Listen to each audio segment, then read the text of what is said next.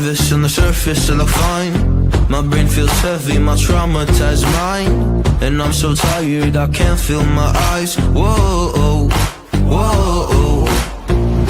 I'm petty, but I know how to lie. I feel feelings that I can't describe. I'm not breathing, but I'm still alive. Whoa, whoa. Shout out to Neoliberal Tears for this. Shout out to Twitter/X user Neoliberal Tears for resurfacing this clip. Neoliberal Tears commented at the top of the show, "What happened to my music?" One of my favorite commenters. Yeah, big fan. So much affection for me. Keep it in mind.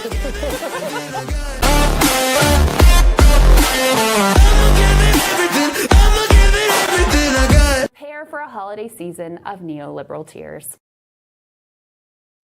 Hi, hello, welcome to Nightcap with Neoliberal Tears.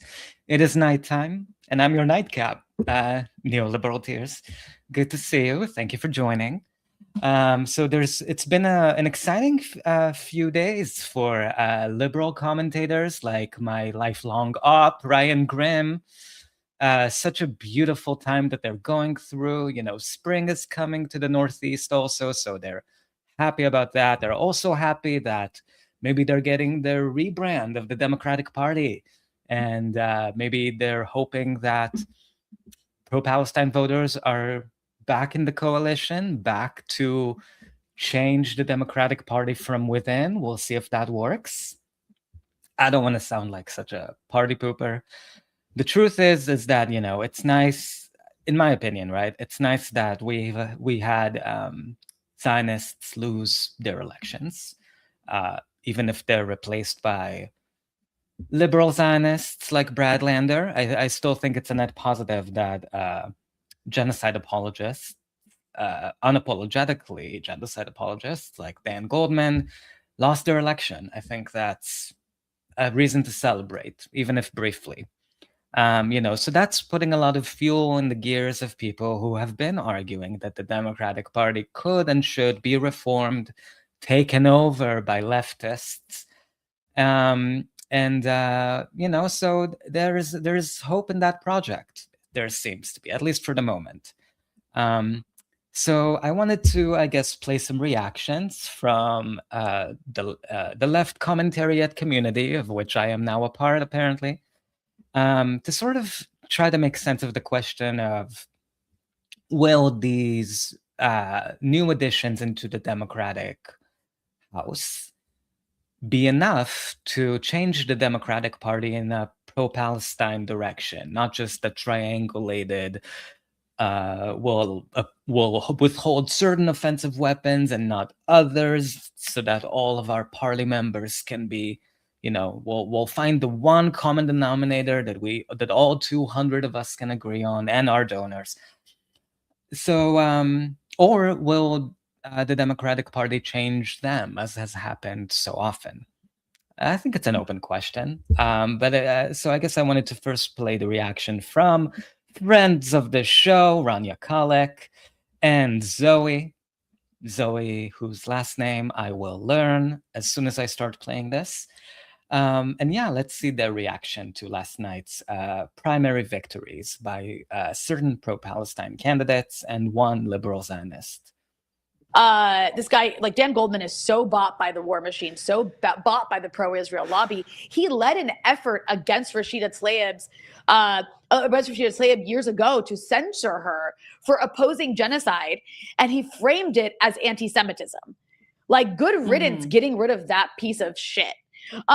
Brad Lander is infinitely better. Like, yes, he calls it a genocide, supports cutting off weapons to Israel. However, he also does call himself a Zionist, and people are right to flag that. Like, that is like... Yes, and just to use this opportunity to apologize to the 10 of you, I think, who actually watch me now. Thank you. First of all, thank you. And to apologize, because I did make a prediction based on my psychic abilities that don't exist, or pattern recognition. I genuinely thought that Brad Lander was not going to unseat Dan Goldman. And my reasoning was that you can't fight Zionism with liberal Zionism, and that pro-Palestine voters would not be excited to vote against an incumbent when the candidate of choice is a liberal Zionist, quote unquote liberal, right? We already know what that means, that's an oxymoron. And I was wrong. And my reasoning for thinking that is that, incumbents have a 95% reelection rate. So why do I keep saying upset? To unseat an incumbent Congress member, you really have to inspire a lot of people and non-voters and frequent voters with the right message. And to me, at least, the message of, I'm a liberal Zionist, I support a two-state solution, but I support withholding certain offensive weapons and not others to Israel. I didn't think that message was going to resonate. But I think the hatred that the district had for Dan Goldman was large enough that people were like, you know what, we're going to vote against this piece of shit, even if it is Brad Lander. And of course, I think the endorsement from actual anti-Zionists like Zoran Mamdani, I think that helped Brad quite a bit.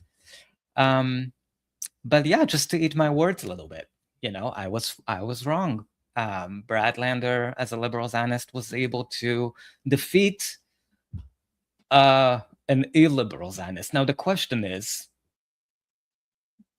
what's the difference now? What will be the difference once Brad gets into Congress? Because Brad believes in Israel's so-called right to exist as a Jewish supremacist state. He does. He believes in a two-state delusion. He believes in a Palestinian Bantustan.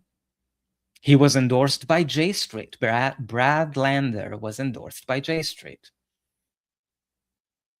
So, and we know that J Street, of course, if you've been watching this stream, thank you, by the way, you know that J Street has a litmus test for who they endorse and who they unendorse. And that litmus test is Zionism and a two-state solution specifically. J Street does not endorse anyone who doesn't support a two-state solution. That's why J Street endorsed Brad. But again, I was wrong. I'll keep coming back to that because I think accountability is important, even for a nobody like me, neoliberal tears. So yeah, let's keep playing a little bit. Like, what are you doing, dude? Why would you still call yourself a Zionist? Like, he's saying all the other right things, but then calling himself a Zionist. So I don't understand that. We're actually working on getting him on the show, and I would like to push him on that because I think it's like problematic to be characterizing yourself that way. Maybe the guy, I mean, obviously he's had some sort of evolution. And Brad has reaffirmed that he's a Zionist to this day very recently. But I think it's not just the problem that he characterizes himself that way. I think the problem is that he is ideologically committed to Zionism. Like it's the fact on the ground. It's not just the wording around how he self-identifies. He's a Zionist, even despite the genocide and everything we're seeing. So I think it's reasonable to be suspicious of him. I think it's reasonable to want to primary him and threaten him with a primary in 2 years from now. I think, in my opinion, he should be primaried by a Palestinian candidate, an anti-Zionist Palestinian candidate, because I think that threat hanging over Brad's head maybe will make him reconsider being a Zionist. Because as we know, Zionism is not an ethnicity, it's not a religion, it's a choice. And the fact that to this day, Brad Lander chooses to identify as a Zionist and chooses to be a Zionist, which is in practice, but also in theory and in practice, is apartheid and genocide of Palestinians and colonization. So I think someone like Brad Lander needs to be pushed relentlessly to meet the moment, or else he's going to be pushing his own ideological preconceived agenda. And again, someone who is endorsed by J Street is not someone to be trusted by anybody, but especially nobody in the pro-Palestine community. Maybe he'll eventually evolve out of Zionism, but I find that to be a bit of a flag. Definitely a flag. Sorry, I just had to throw in one more thing. We don't give this kind of latitude and grace to people who identify as Nazis, and we shouldn't, right? It's a supremacist ideology, it's evil, it's bigoted. We don't extend that kind of latitude and grace to people who say they are racist against Black people, right? So why is Brad Lander being given so much latitude on this to say, well, maybe he'll evolve one day? No, bitch. And I mean bitch as in Brad Lander, you're a bitch because you're a Zionist. You're a supremacist piece of shit. You are. You just are. I'm just being honest. I'm giving you honest feedback. Bitch. Sorry, that was to Brad. So if you're not Brad, this was not for you. But yeah, there's no good version of Zionism. There's no anti-racist version of Zionism. So I think people who proudly identify themselves as Zionists, who are endorsed by J Street, should not be given so much grace to maybe evolve in a few years from now when the genocide is complete. Like, what are we waiting for? Sorry, that was just my 2 cents. But that's my point, is that it's exciting that these people have won. It's even more exciting about the other 2 women who won. Claire Valdez and Darializa have been very strong proponents for Palestinian rights. They were attacked so heavily on it. Their politics are I would say even more left. And I'm very excited about people like them, having more people like them in Congress. That is a net positive. On the other hand, here's my concern, Zoe, and I want to get your take on this. I am concerned about a Democratic Party rebrand here, because the idea of taking over the Democratic Party from within, it's been a plan for decades. People have tried to do this, and it just hasn't worked, because this party is beholden not to its electorate, not to its base, which is like 80% in favor of Palestine and against genocide, but to its donors. Its donors are empire and corporations. So the Democrats 1000%. And just to reiterate how correct my friend of the show, Rania, is here, it's also true for the Republican Party. The Republican base, when Biden was in power, was, at least theoretically or in words, I'm drawing a parallel here. Trust me, I'm not saying that the Republicans are better in any way. But the Republican base was against the Ukraine war, at least in rhetoric, right? Trump gets into power, and who is he all of a sudden beholden to? Not even the Republican base, who was against the Ukraine war. Both parties, the Republicans and the Democrats, are not beholden to their base in any way. That's why when all of these polls come out that say, oh, the Democratic base is pro-Palestine now, like, oh, the Democratic base wants Medicare for all. To the Democratic Party, these polls, when it comes to policy, are meaningless, because polls don't determine policy. Polls determine messaging strategies, communication strategies, words. They determine words coming out of their holes, but they don't determine policy. Who determines policy for both parties? As Rania said, corporations. Democratic Party is always going to self-correct to serve them, because the Democratic Party operates like a company and its shareholders come first. You know, I was there in 2016 when Bernie Sanders was running for the Democratic primary. I was so excited about that. And by the way, I'm old enough to remember Palestine becoming a central issue then too. Maybe not as heavily as it is now, because now there's been a genocide, but it was a central issue during that primary campaign. And the base of Bernie Sanders actually moved him even further to the left on that issue, because he had kind of a bad take before that. They pushed him to speak on that issue and to make it central. And I remember that going to the Democratic National Convention in 2016, when, you know, DNC had stacked the primary for Hillary Clinton, and the party. I would just, I guess, politely disagree with the idea that Bernie somehow changed his position in response to the base, the Democratic base, to be more pro-Palestine, because the reality is Bernie did not evolve into being anti-Zionist or pro-Palestinian in any way. He just changed the rhetoric that he was using during the campaign trail around Palestinians, and he would just say Palestinians deserve rights. That's all he said.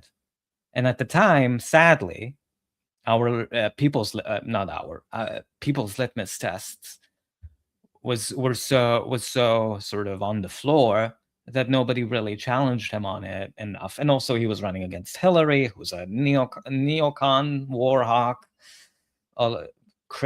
ultra Zionist. So, there wasn't a lot of space to criticize him from the left, although people have tried, like Dr. Steven Saleda, and they were insulted, smeared by so-called leftists who now cosplay as pro-Palestinian. But Palestinians themselves were critical of Bernie at the time for actually being a Zionist who just changes the rhetoric around the edges.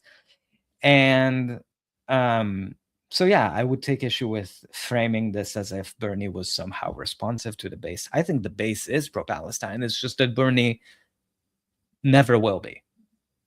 He's too old to actually change his ways, and I don't think he ever evolved out of Zionism, which is another reason why I'm suspicious of people like Brad Lander, who are already sort of in a more seasoned age, and still, for whatever fucking reason, are so in love with the idea of apartheid and genocide that they refuse to join the millions of us who are anti-Zionists and in the Palestinian liberation struggle. I think trying to rebrand Zionism and co-opt it and change it into like a more palatable smiley face Zionism is repulsive. I think Bernie's version of having done that and Brad Lander's version of having done that is disgusting, because there is no good Zionism. Party is so undemocratic and basically gave a middle finger to their base. They do not care. The Democratic Party base has been majority for Medicare for all. They've been anti-war. They've been for raising the minimum wage. They've been for raising taxes on the rich. And they've been for Palestinian rights for years now, well over a decade, I think, right? They were already moving on Palestine. The genocide just accelerated it. I mean, Kamala Harris lost because of Gaza, and she didn't care. This party threw away an election to support a genocide. Polls now show that Democrats prefer democratic socialism to capitalism by 58 points. That's huge, right? The DSA has a plus 17 approval rating among Democrats. That's a pretty big deal. It's fantastic. But if we funnel all of this energy, all of this movement building that's taken place over these years into changing this party, it will die inside of it, because the Democratic Party is, as I've seen my entire lifetime, where movements go to die.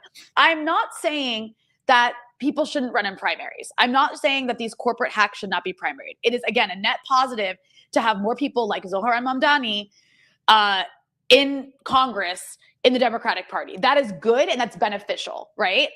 I'm not saying don't do that. I'm not saying, if some people would say don't do it, it's a waste of time. I'm not saying cede all that ground.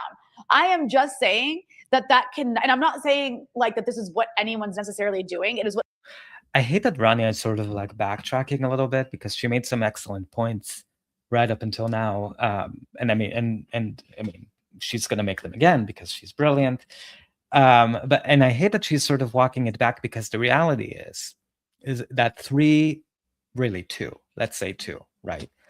Because Brad is a Zionist. So the other two who might be anti-Zionist, I mean, I'm not 100% sure, but I think it's safe to assume that Darializa is definitely anti-Zionist.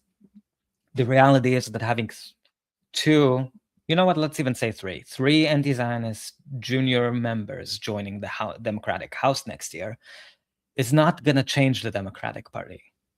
It's not.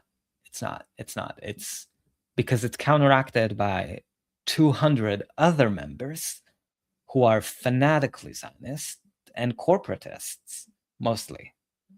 So I think I'm not saying to people who are invested in the Democratic Party and trying to change it from within that it's a waste of time. But I think managing your expectations in that sense is important, because we know how this plays out. And I think it's silly to think that two new junior House members, Chris Rabb, for example, is anti-Zionist, right? He supports the one-state solution. He got the neoliberal tears endorsement right here, right on this, I was going to say show, but this is not a show. It's just a stream. The reality is that even if you had 10 anti-Zionists join the Democratic Congress next year, they're not going to make a difference because there's 200 other members who are laser focused on smearing them, first of all, and also triangulating whatever these people ask for, however politely they ask for it.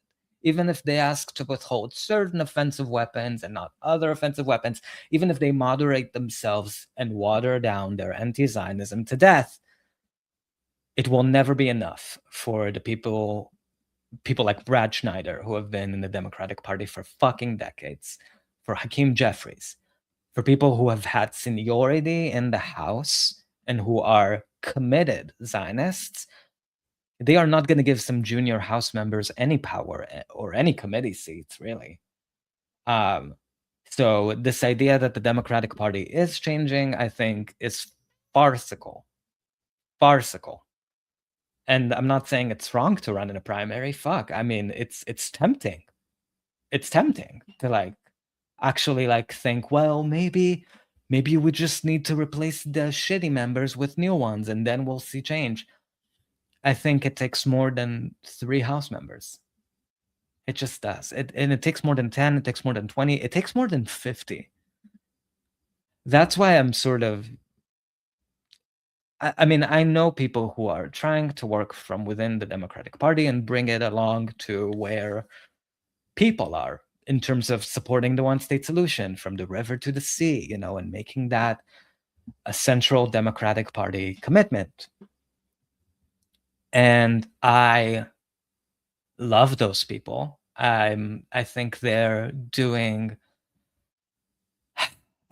up against such a difficult tide.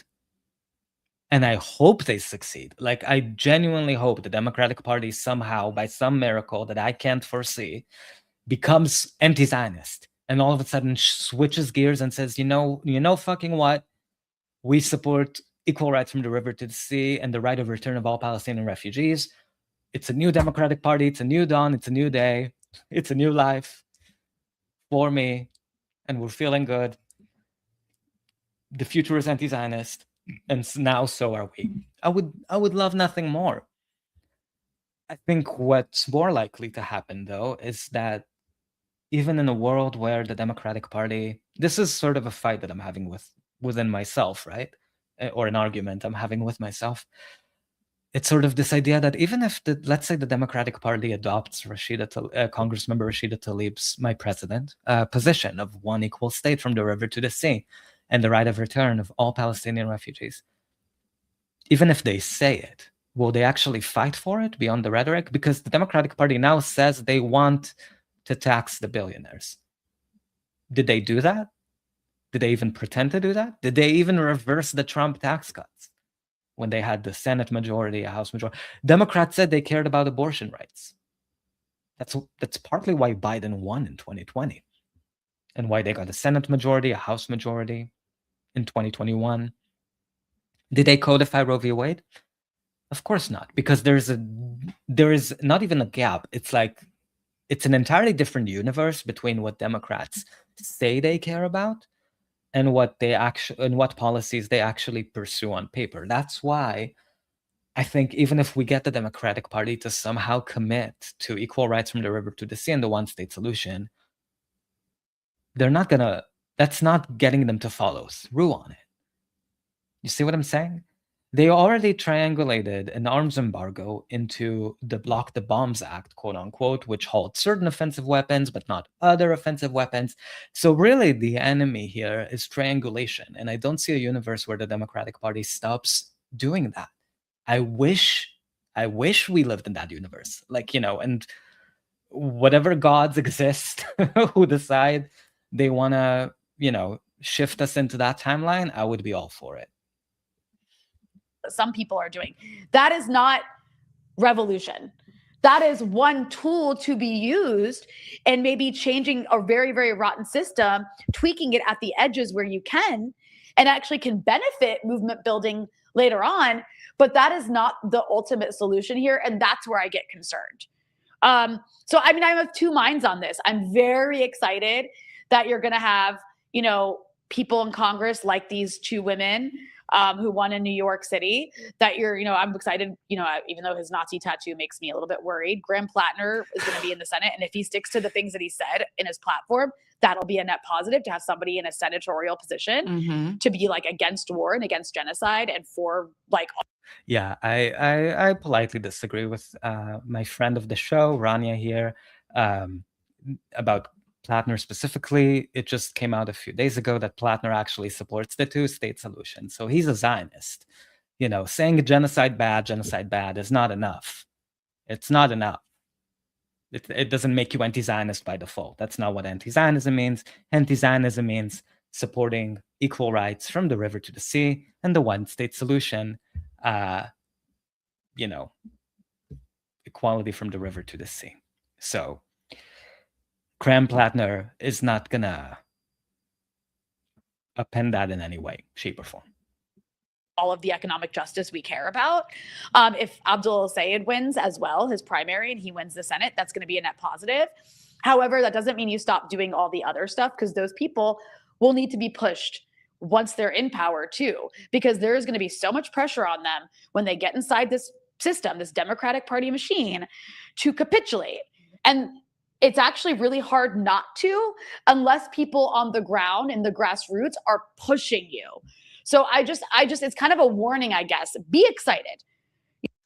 And just to build on that point, we see that even with pressure, there are certain people who were elected into Congress fraudulently, I would say, who presented themselves as something they weren't, like Sandy Ocasio-Cortez, and who not only shifted all of their policies and positions from when they were running for re-election, and then after they were comfy in their privileged House seat, it's that they actually, people like her, not only they resent the pressure that they get from the grassroots, they fight against it tooth and nail.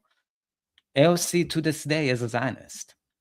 She hates the left almost more than she hates the right. You know, so she has been very, very resistant, because to her everything is about power and petty personal beefs. So, you know, I think there's a risk of electing narcissists who aren't ideologically committed to anything except their own career ambitions. And sort of, even when you try to push them, they're not gonna be pushed. That's the thing. I think there are people who are unpushable. And those are people who are either extremely petty and narcissistic, or too ideologically committed to shift what they actually fight for. That's why I'm worried about someone like Brad Lander, who still to this day identifies as a Zionist. He's not going to be amenable to pressure, especially not now that he's elected. He'll be like, fuck you, I'm in Congress. Why should I listen to pro-Palestine people? I'm elected. Congress has a 95% re-election rate. Why should I listen to you? That's their calculus. And you know, it gets to a lot of people's heads once they get elected. They think they instead of sort of saying, at least this is the case for 99% of them, right? I don't think this is the case for my president, Congressmember Rashida Tlaib, but for most of them, as soon as they get elected, they think, oh my God, I'm special. I'm unique.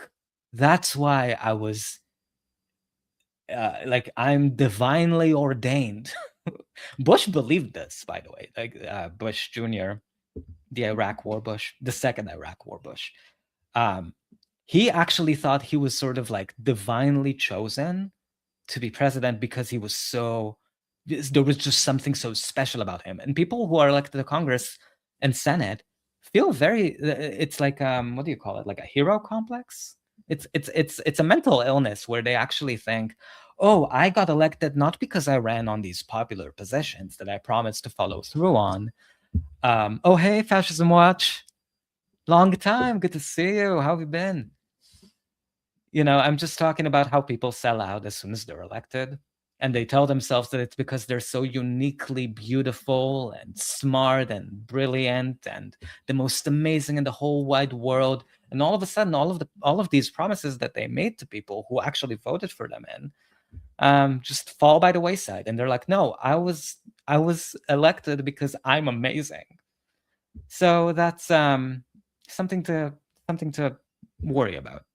Celebrate today, but do not become complacent that getting people into the Democratic Party who agree with your politics is going to change a corporation. That's, I guess, my take on this, and I'd love to hear. Oh, also, just one more thing, the pushback is going to be really ugly because Democrats have dealt with this before. They know how to punish, they know how to discipline, and do not, seriously, because at the end of the day, it's not sustainable to have a coalition with people like me and Zoe's politics and people who support genocide. That is not a sustainable coalition. So 1,000%. And just to amplify Fascism Watch's comment here, yes, since many years, it is almost systematic, 1,000%. And it's deliberate. It's deliberate on part of the Democratic Party machine to sort of funnel criticism and divert it into, triangulate it into something that their donors can live with. Like this Block the Bombs Act, which we see sort of withholding certain offensive weapons, but not other offensive weapons. They do anything that you ask the Democratic Party, they're going to process it and then spit out a solution that has nothing to do with what you ask them. Triangulation. That's why, I really think you can't build a coalition or share a party with, let's say you support an arms embargo and then you're in a party with Hakeem Jeffries and Catherine Clark and Brad Schneider and all of these other senior House Democrats who say, actually, we do support genocide. It's good for our corporate donors. It's good for our defense contractors. It's good for the people, the people who pay us. What's going to be, how do you think that gets resolved? Does it result in an arms embargo? Of course not. What you get is some mealy-mouthed compromise, quote unquote, that ends up being not good enough for Palestinians or for anybody with a conscience. You can't triangulate your way out of Zionism, in my opinion. In a universe where we could actually replace all Democratic House members with anti-Zionists, then we're talking. Then we might actually get an arms embargo and a real push for a free Palestine from the river to the sea. But with just 5, 6, 10, 20 even anti-Zionist House members, they are up against too much to actually be able to deliver the results that people like you and me are hoping for. Something is going to give there. And at the end of the day, again, shareholders matter more than the massive base does. And we've seen that over and over again. I mean, what else to say, Ronnie? I think that's exactly right. And I would just add that, you have John Fetterman saying this is, again, a Democrat who ran with some progressive politics, said he was a man of the working people, refused to wear a suit, but only wear a sweatshirt and shorts, which is, whatever. That's its whole, we're against shorts in this house. But, this is someone who came in with an alleged progressive platform, and then he is the literal #1 genocide supporter and is saying that this is an abomination. He is the man who is like, why are we not putting out 17 red carpets for the man who is wanted by the ICC? Why are Israeli politicians not just permanently part of the, he is that person. And he said, this is an abomination and this cannot happen to my party. And at the end of the day, it is his party. It is the party of the people who respond to the shareholders, as you said, and who toe the line. Joe Biden was a Democrat. Joe Biden was a president funneling money to the Israelis during the genocide and supporting in all possible ways and manners so that Israel could continue a genocide. And, yeah, so that's one point. The other point, I think, is exactly what you're saying, is that when this, genuine positive energy goes into a rebrand of the Democratic Party, a rebrand which, again, is not going to succeed because the Democratic Party cannot be changed from within. History shows it.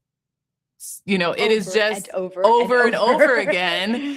And the AOC was elected for the first time 2016? 2016. 2016. I think it was 2016. Actually, maybe it was like 2018. Sorry, it was not 2016. It was okay, after Bernie Sanders. 2018. And she has been forced to cave on so many things. I was correct. 2018. Yeah, I was not living in the US at that time, so you'll forgive me for my but she has been forced to cave on so many primary issues, and has a Democrat in the executive, has a Democratic controlled House, has a Democrat controlled Senate gotten the very basic things that, exactly as you said, the Democratic base demands, which is Medicare for all, which is an end to military aid to Israel, which is, free education. Codifying Roe v. Wade. Like non-starters, right? Things that the Democratic Party has been running on for fucking decades. And what happens when Democrats get majorities in the House and the Senate? And we know what happens. We have pattern recognition. Our brains aren't mush. We have memories. We know what happens. That's why I completely agree with everything Zoe and Rania are saying. No, it has not. And I would just say that, like, all of this energy going in, and, you see Hassan Piker has made this total pivot to now being like the face of the Democratic Party rebrand. Friend of the show. And, wearing a suit all the time and endorsing all these primary candidates. And like, again, it's not to say that it is not a net positive having these people in these positions, but if there is not an alternative poll that is being built where actual people's power can be funneled and actually challenge the corporate parties, these corporations that just want to stifle people's movements. I mean, they are directly and diametrically opposed to there being like an independent voice. Why is it that so it is, a losing game, and beyond it being like they're going to meet a lot of opposition and all of that, at the end of the day, like all of that energy and enthusiasm is just going into strengthening a party that does not care about the base. And how great would it be if there were an alternative poll that was being formed and strengthened that could actually respond to the interests of the majorities? Because again, the Democratic Party, Republican Party are, in its construction and in its nature, do not respond to the interests of the majority. So you cannot make it do that. Yeah, you really can't. That's really well said. And like, again, I think I just want to emphasize here, like, I'm not saying, oh my God, this is like completely stupid and doesn't matter. It does matter. But I just want to, like, it's kind of like what came first.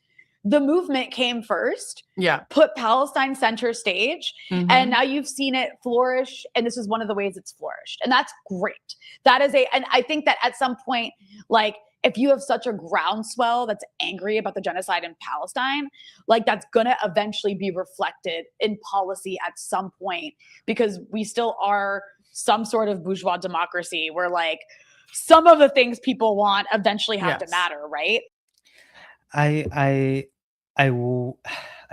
do I say this? I wish that was the case in terms of the people eventually get at least some of what they want, because the reality is, right? Like people, when healthcare was a huge issue on the electorate's mind, which it always has been and always will be, apparently, because no one ever fixes it, is that, when Obama came into power, they triangulated it into,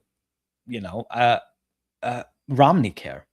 They passed a private insurance written, Heritage Foundation written, corporate insurance plan that was better for their donors, but which Democrats could frame as, helping on healthcare, even COBRA subsidies, right? Like Democrats found a way to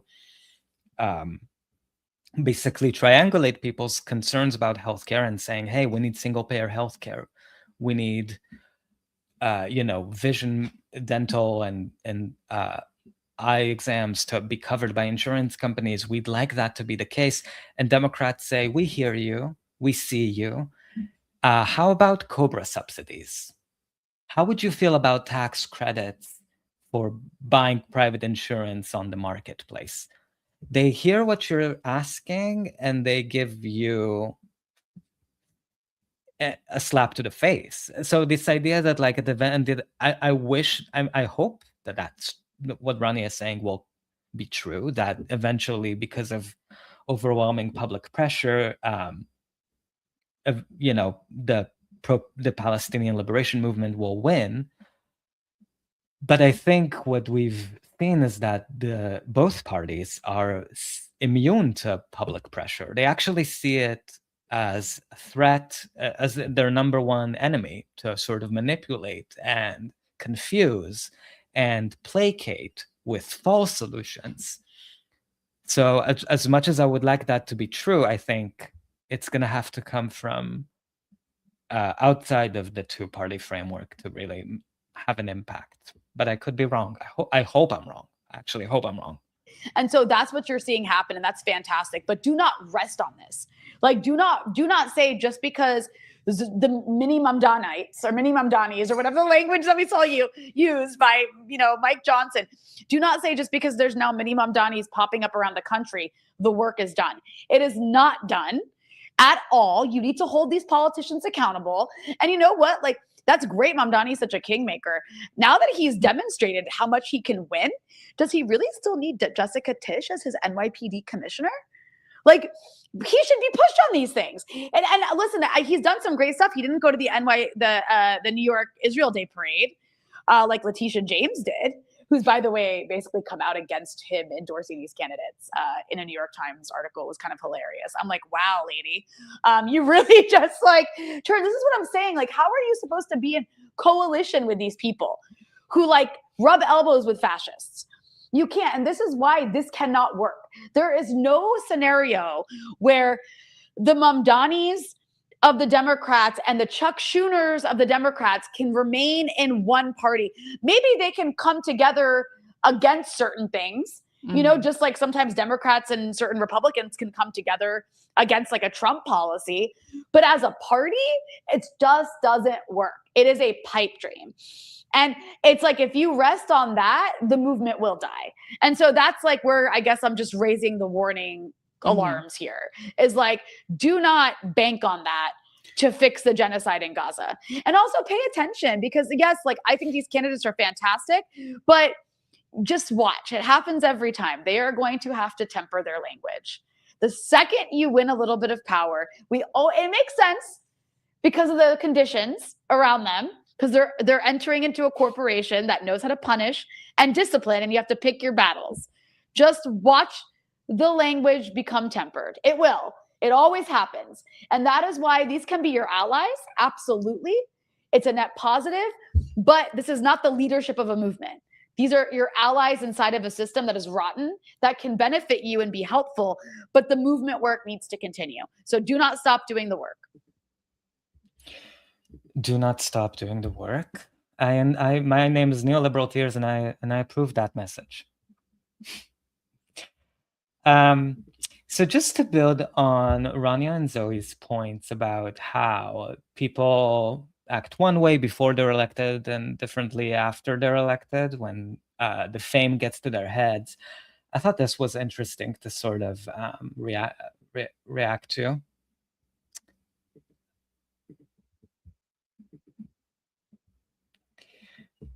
See, I hope you can, let's see, I'll make it a little bit bigger. Here's a tweet from friend of the show, Alexandria Ocasio-Cortez, Sandy, my bestie. Look at this. Apartheid states aren't democracies.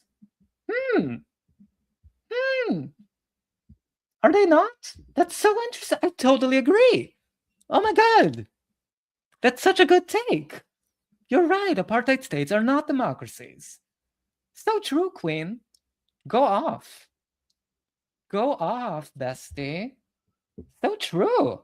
And she said that, I gotta say, this was from 2021. So she was elected in 2018. So she's already been in Congress for how long? 3 years, 2.5. Hmm.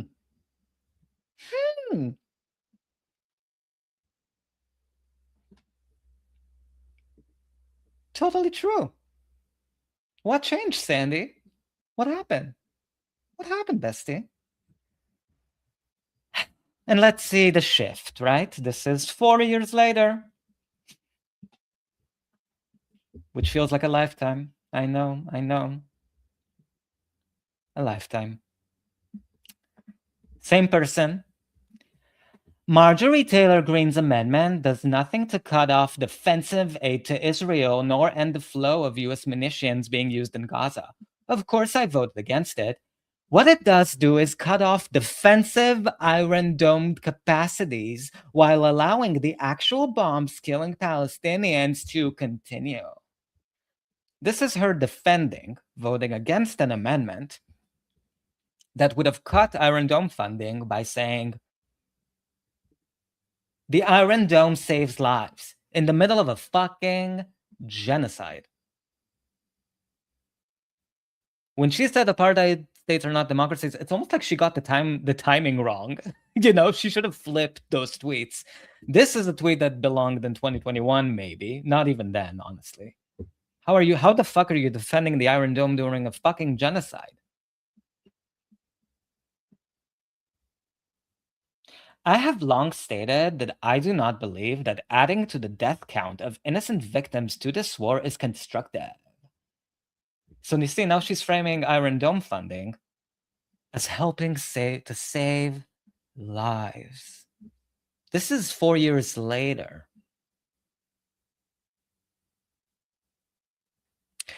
And the irony is that Sandy is in a safe, blue, fucking seat. She doesn't need to be like this. She's set for life. She can stay in that seat until she retires at the age of 90 or however long she wants to be in it. She has nothing to fear except if she wants to run for Senate in New York State and she wants a lot of powerful people to help her run for Senate against Chuck Schumer or Kristen Gillibrand. She knows that the people with the checks are mostly older people. Older people tend to be more Zionist by definition, unfortunately. And she doesn't want to piss them off. She needs their money. So this is why she defends arming an apartheid state, which is not a democracy according to Flippity Flop, during a genocide. So some comments from Fascism Watch here. Bestie of the show, number one bestie of the show. While people look for UFOs, they should make a crop circle on AOC land or terrain. Her popularity would rise up. Oh my God. AOC UFO. Right? UFO AOC. I'm trying to build all the acronyms. I'm trying to marry the acronyms together. Yeah, I mean, I think if UFOs showed up in the Bronx, maybe she would support an Iron Dome against the aliens. That's good for weapons manufacturers. The more Iron Domes, the better. More money. Oh, don't apologize, Fascism Watch. Never apologize. AOC doesn't, so why should you? So I wanted to also, if you allow me, to put the two Dems that I'd be reacting to and listening to, the new House members, Darializa and Brad. I wanted to put them through my litmus test, my rigorous litmus test, to see if they pass or fail. I think you'll know which one who passes and who fails already. Let's see. Let's start with Brad, okay? I have so much to say about Brad, and none of it is PG friendly. This is from J Street, Pack. Endorsed. Brad Lander spent 12 years on the city council, where he co-founded the Progressive Caucus. Endorsed by J Street. And what do we know about J Street? Fam? Class? What do we know about J Street? What's their litmus test? Does anybody remember? Oh, yes. J Street will not endorse candidates who do not endorse a two-state solution.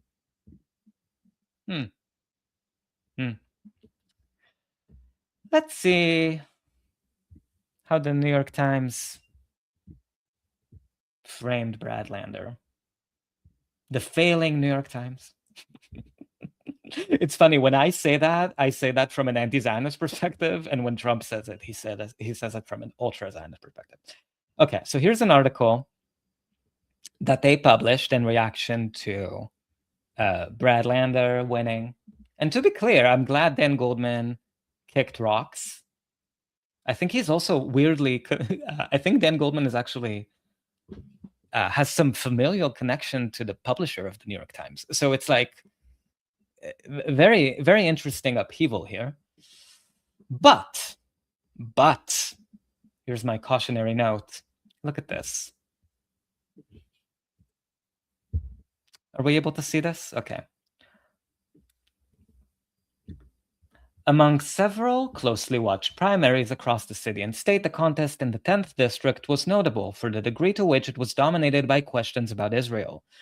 Both Mr. Lander and Mr. Goldman are Jewish and describe themselves as liberal Zionists, but they approach the issue in different ways. So even the failing New York Times is admitting both of them, both Dan Goldman and Brad Lander, are Zionists. So how you can't be a Zionist and support Palestinian liberation. I'm sorry, it just doesn't work. You can't support a two-state solution, be endorsed by J Street, and say you support Palestinian rights. You're disgusting. That's what you are. That's what you are, Brad Lander. Fascism Watch, how can Brad get away with this shit? With like saying he supports, I think he was in a rally with Zoran Mamdani and Brad actually said, free Palestine. You're a liberal Zionist. He was it's like literally saying, free Bantustan for Palestine. Yay. Fuck you. I oppose BDS. Yay. Free Palestine. Brad also opposes BDS. Brad also opposes the right of return. Why the fuck am I being asked to take Brad Lander as a win? I get it. Dan Goldman, and to be clear, Dan Goldman deserved to lose. I am dancing on that political grave. But I want 2 years from now for an anti-Zionist Palestinian candidate to primary this piece of shit of a liberal Zionist. That's what I want. Fascism Watch here with the answers. He was normalized, yes, by tons of fake progressives. Oh, isn't that always the case? He was normalized like Steinberger, or I don't know her name. She was, Abigail Spamberger. I call her Spam Burger. I emphasize the burger part just because I think because of Bob's Burgers and that connection. And really, I think it's interesting what you say that they do that to try to normalize Zionism left and right. I think that's scary because Zionism doesn't deserve to be. I think you're right, but Zionism doesn't deserve a rebrand or a rainbow marketing shuffle, overhaul, branding overhaul, whatever the fuck. All Zionism is Zionism. There's no human rights compatible version of Zionism. There's no human rights compatible version of Nazism or racism against Black people. So why is Zionism treated like some sort of like forgivable ideology that people can grow out of instead of race? Zionism is racism.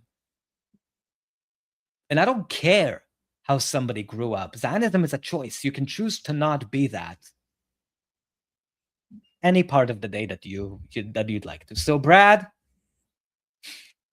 this, I know I've been insulting you, but this is a call-in. What the fuck? How the fuck are you still defining yourself as a liberal fucking Zionist? Go to hell. Brad, if you want to end up in hell, do everything you're doing right now. And I will be supporting whoever primary challenges your Zionist ass.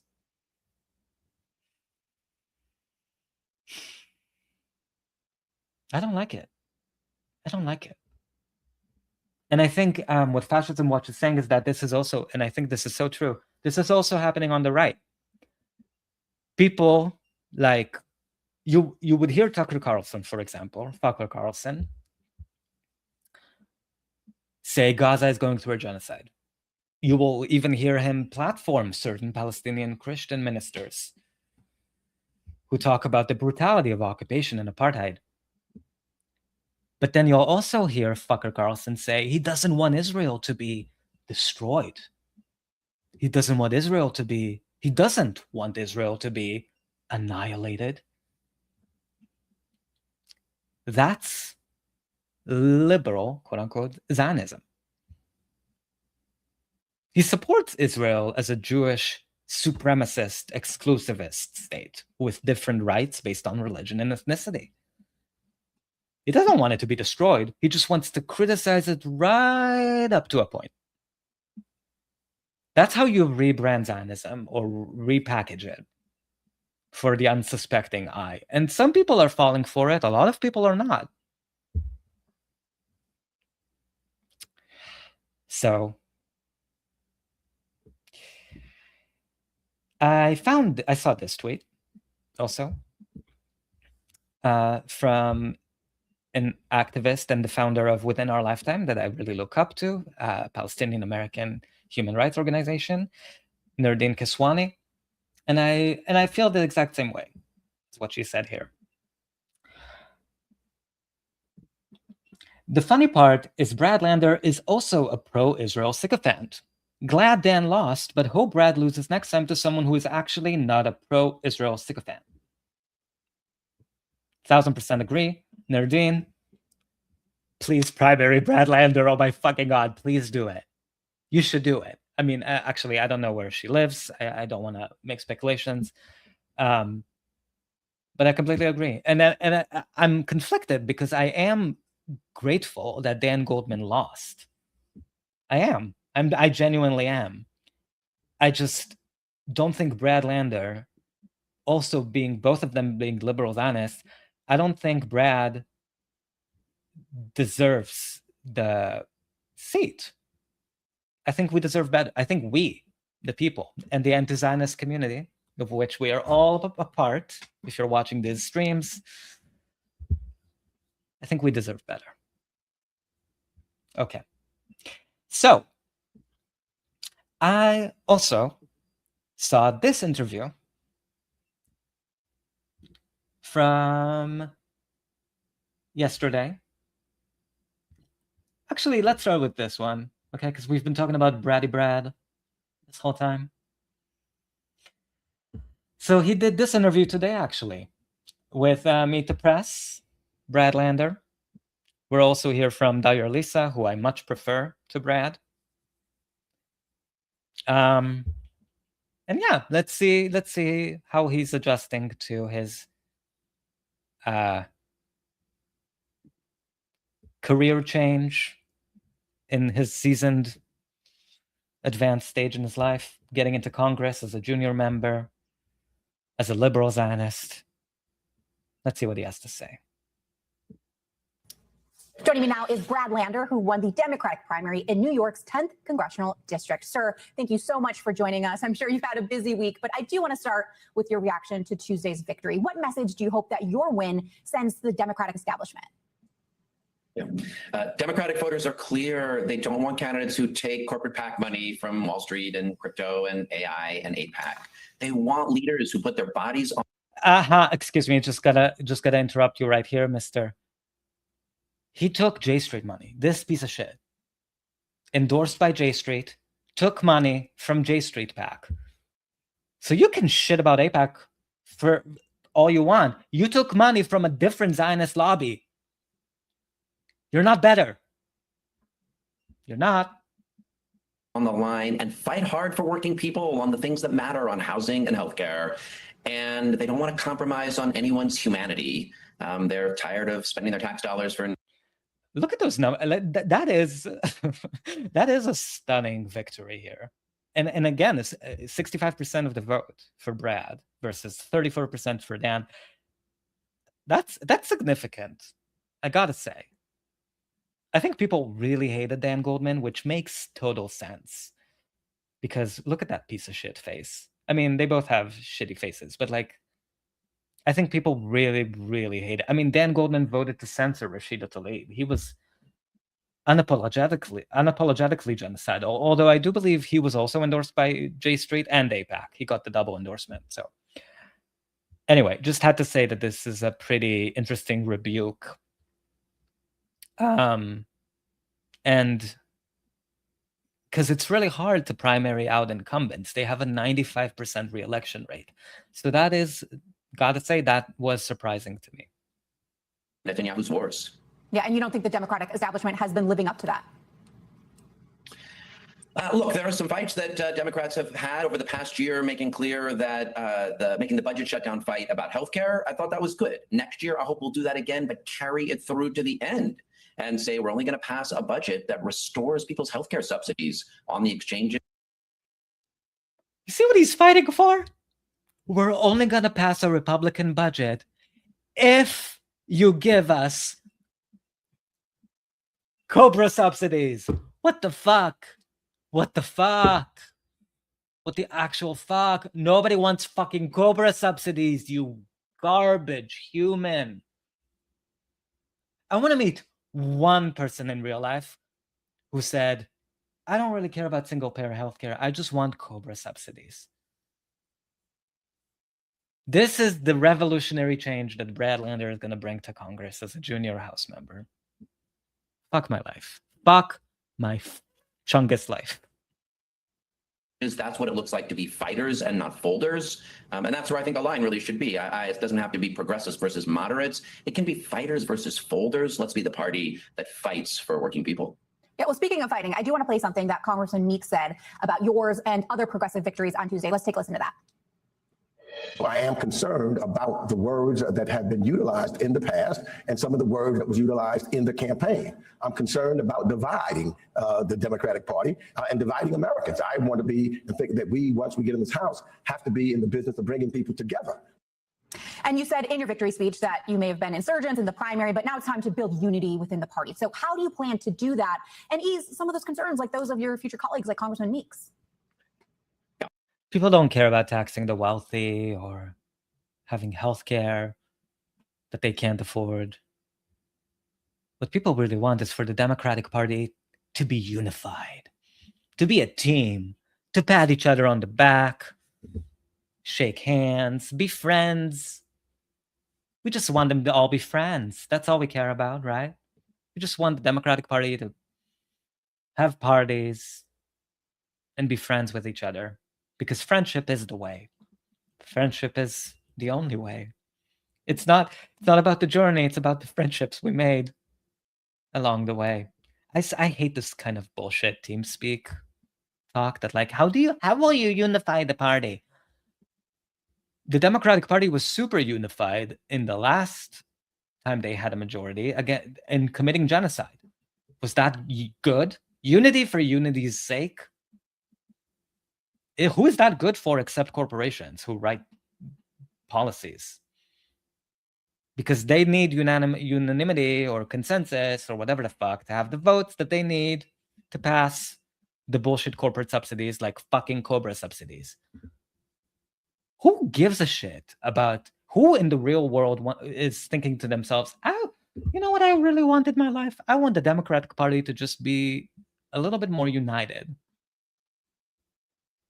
This isn't, you're not like on a Jeopardy team, you know, like fighting, like this is ridiculous. And none of you are friends, not really, or at least, I don't know. Look, primaries are where we work out differences we have about the future of the party. The general election is where we go build unity and support each other. So I'll be out working for Kate Conley up in the Hudson Valley and Pat Ryan. You know, I knocked doors 2 years ago for Tom Suozzi and Laura Gillen out on Long Island. I joked I did it in like, you know, mustache and glasses, so I wouldn't hurt them. So there's been plenty of times when I have supported more moderate candidates. I want the same in the other direction. You know, part of why Representative Goldman lost is that he didn't support Zohran Mamdani when he was the Democratic nominee for mayor in the general election. There are candidates like Randy Villegas out in California who are progressive Democrats running against Republicans, and I hope moderates will show up for them as well. And then we should show voters what we're going to fight for. I think healthcare is such a great example. That's not progressive or moderate. Everybody needs healthcare. And MAGA Republicans took their subsidies away on the exchanges. Let's let voters know we're going to fight for them. He said, sorry, I hate this one issue is like, it does hit a little personal for me, but the fact that he says, yeah, we need the base wants fighters for healthcare. That's why we need to fight for Cobra subsidies. Like, it makes me want to kill myself. YouTube, I'm sorry, don't flag me. Now, there are some places where the party has to move, and I do think the U.S. relationship to Israel is one of them. Democratic voters are speaking loud and clear that they don't want to keep paying for Netanyahu's wars. So I want unity, but it needs to be around not compromising on anyone's humanity. Of course, that includes not compromising on the humanity of Jews like me who deserve to be safe, but it also has to mean not compromising on the humanity of Palestinians in Gaza and the West Bank, and that is part of the message Democratic voters sent loud and clear Tuesday night. So did you catch when he said Palestinians in Gaza and the West Bank? He didn't say the occupied interior of what is now called Israel, where Palestinians are the ones who survived the Nakba and were not expelled. Because he supports, as all J Street endorsed candidates do, the two-state fucking solution. That's why he said Gaza and the West Bank. So what we have here is another liberal Zionist, another fucking Democrat who supports a two-state solution. How is that change? It's not. It's not. And if you're pro-Palestine, you deserve better. And if you live in Brad's district of New York 10, primary this fucker now. Start now. Because the reason why I think he should feel the heat of a primary challenge even today before he's even sworn into office is that I think a primary challenge is the only kind of pressure we can put on liberal Zionists like him to feel like they really need to change or step it up.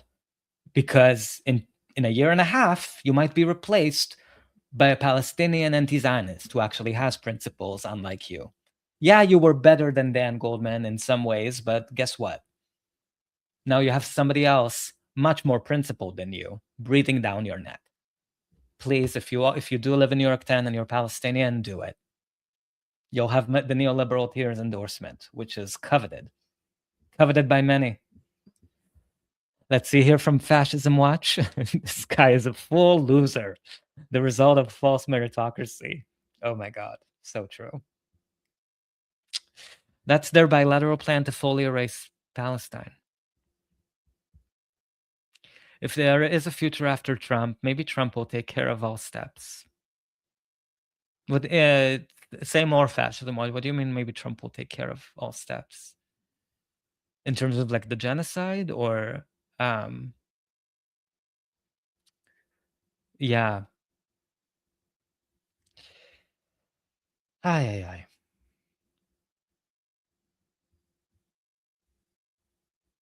Okay, sorry, I just needed a moment. You said you're willing to campaign for more moderate colleagues in New York, like Conley and Swazi. Do you think that, though, they're willing to have you come campaign for them in their districts? I mean, look, I campaigned for Swazi and Laura Gillen and Pat Ryan a couple of years ago. Yes, I mean, I think people, like, how you reach out to voters is by knocking doors and texting and making phone calls. When you do that, you give the message of the candidate you're helping. And I respect that candidates have to represent their own districts well, and their volunteers, when they come, help them get that message out. That's what I ask people to do in New York 10. And of course, that's what I'll do for any candidates I'm supporting elsewhere. The progressive momentum was, of course, undeniable in New York City this week. But do you believe that the progressive message is the right one anywhere in the country? Well, the job of being in the House of Representatives is to represent your district. It's a diverse country. And of course, different messages, people want things, in different places. I will say progressives have been winning across the country, not just in New York. Ana Lilian Mejia in New Jersey, Chris Rabb in Pennsylvania, Randy Villegas, as I mentioned, in California. But I don't really think the line is best thought of right now as, progressives versus moderates. It's fighters versus folders. To give the example of somebody like Pat Ryan. Stop fucking saying that. Oh my God. It's so annoying. This is just, I just hate, you would think I would love like these language plays kind of bullshit of like fighters versus folders, but like it sounds to me like he really thinks he came up with something here. And I already feel like the people who voted for him are already regretting it. They're just like, listen, we just wanted Dan Goldman to be fucking out. It's not like you're a special, unique little baby, Brad, with a genius framing of fighters, because both starts with F. Fighters versus fold. We're gonna fight for your Cobra subsidies. Health insurance company subsidies, yes. We're gonna fight for what did Democrats pass? A climate bill that actually helps ExxonMobil drill more oil instead of less. Yeah, we're gonna fight for that. We're not gonna fold, we're gonna fight. You should fuck off. Sorry. I'm not a fan of liberal Zionists. I'm not. I'm sure he's I don't know. Anyway.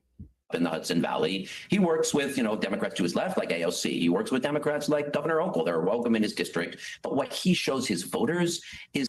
Oh, sorry. One thing a little tidbit you should know is that Brad actually, when he ran for mayor, AOC was considering endorsing either him or Zoran, because he and AOC, Brad and AOC, have a relationship. Another red flag. Because as a New York City controller, he got to know her as a House member. So she was seriously considering endorsing him over Zoran. So, yeah, just something to keep an eye out on. Here's how I'm fighting for you. I get what matters in your daily life, and I'm going to be out there fighting for it. And if we can unify the Democratic Party around that core idea, that is far more important than the labels that get put on different candidates. Do you think that in a battleground state like Michigan, for example, that Abdul El Sayed, he can actually win in a general election and beat someone like Mike Rogers? What matters most is to have candidates who are authentically themselves, who inspire people, who let folks know who they're fighting for. There are a lot of different ways to do that. I think Abdul El Sayed is a great candidate who's inspiring voters in Michigan. James Tallarico did it differently in Texas, but that really inspired people. Zoran did it here in New York City. That really inspired people. There are different models, but again, it's really more, how are you showing people you're listening and you're fighting for them? That's what our party should be about. And I know you've said that you're going to support Hakeem Jeffries for Speaker, but some of your future colleagues like Darializa Avila. So he already said he won yesterday. Or the day before yesterday, Tuesday. And he already said he's going to vote for Hakeem Jeffries as Speaker. No concession, no, not even pretending to ask for something first. That's a fighter? That's a fighter, Brad? That sounds to me like you're folding. That's a folding, that's a folder, not a fighter. Chevalier, who I interviewed yesterday, said that's going to be a conversation she's going to need to have with her coalition. So let me ask you, first of all, do you plan on encouraging her to back Jeffries? And if so, what is going to be your message to people like her who may be skeptical of his leadership? But look, I look forward to building my relationship with Darializa, who ran a really impressive campaign. The voters up there decided that they're excited about what she's going to bring and the energy she's going to bring. Primaries are a time for having these debates about what changes we want in the party. The speaker vote is a moment when unity is needed. There's a long time until then, but yes, I've worked with Leader Jeffries for a long time. I'm excited to vote to make him speaker. Now, I'm going to be with the kind of Democrat who holds a leader accountable. I give the example of AOC. She voted for Nancy Pelosi when she got elected, and she went with Sunrise and sat in her office and said, we need action on climate. And that's why we got the Inflation Reduction Act. So there are times to build unity together, because we're standing up to a fascist in the White House and ICE agents abducting our neighbors. And there are important times to push and say our voters are asking us to be.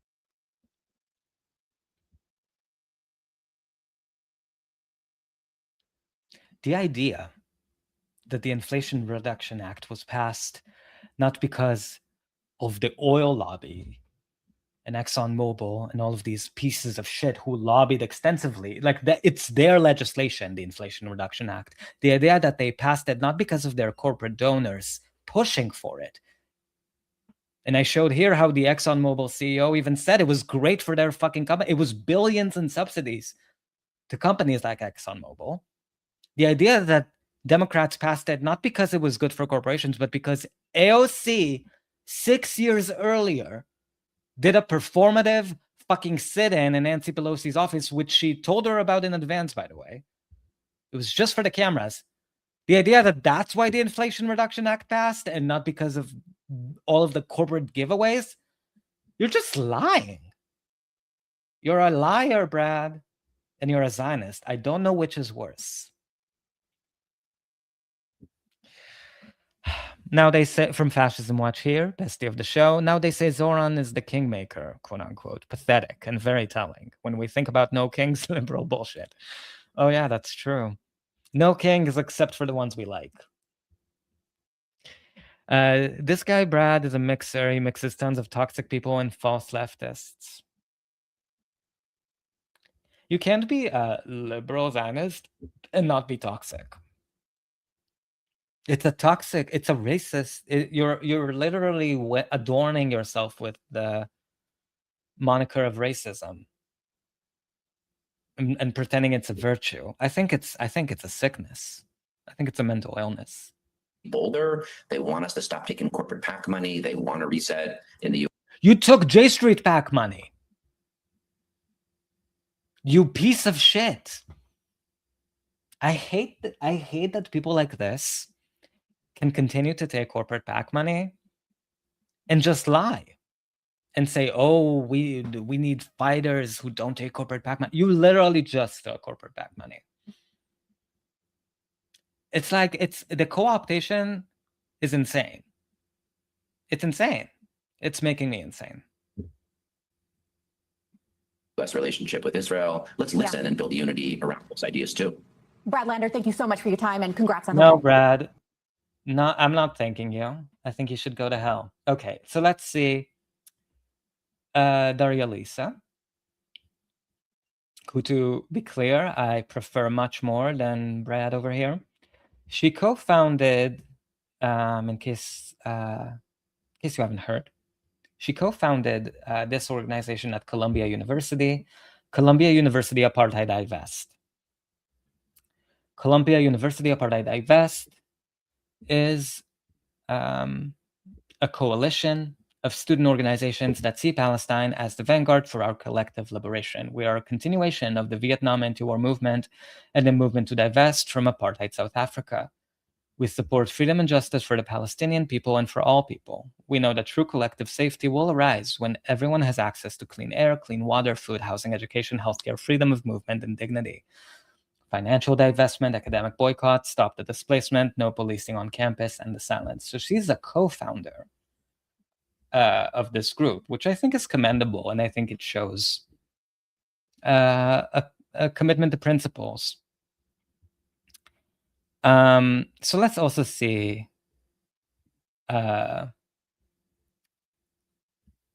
Let's see her website.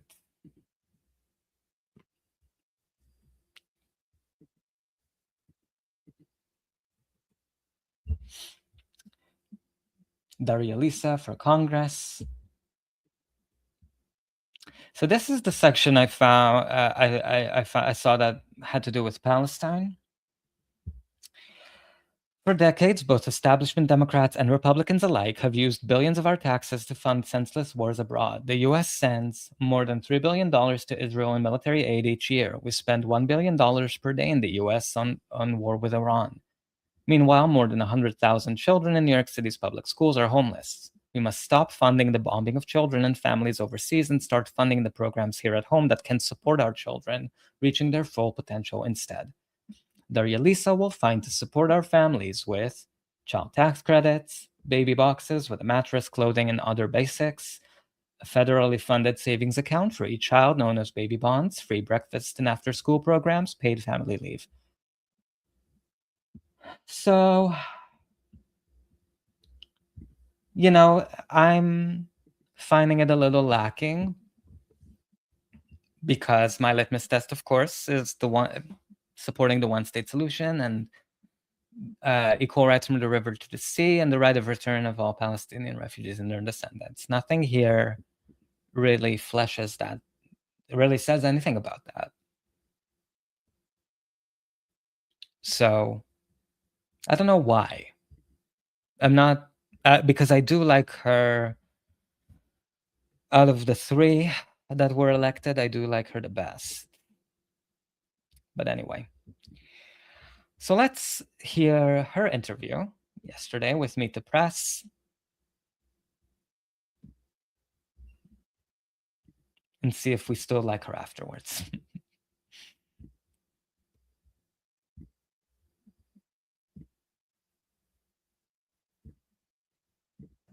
Joining me now is Darializa Avila Chevalier, who won Democratic primary in New York's 13th congressional district last night. Thank you so much for joining us. Congratulations off your big win from last night. I do want to start there, though. Some people are calling your win part of a socialist sweep, a leftist tidal wave. But what message do you hope your win sends to the Democratic establishment? Well, first of all, thank you so much for having me. I'm so excited to be here to talk about this.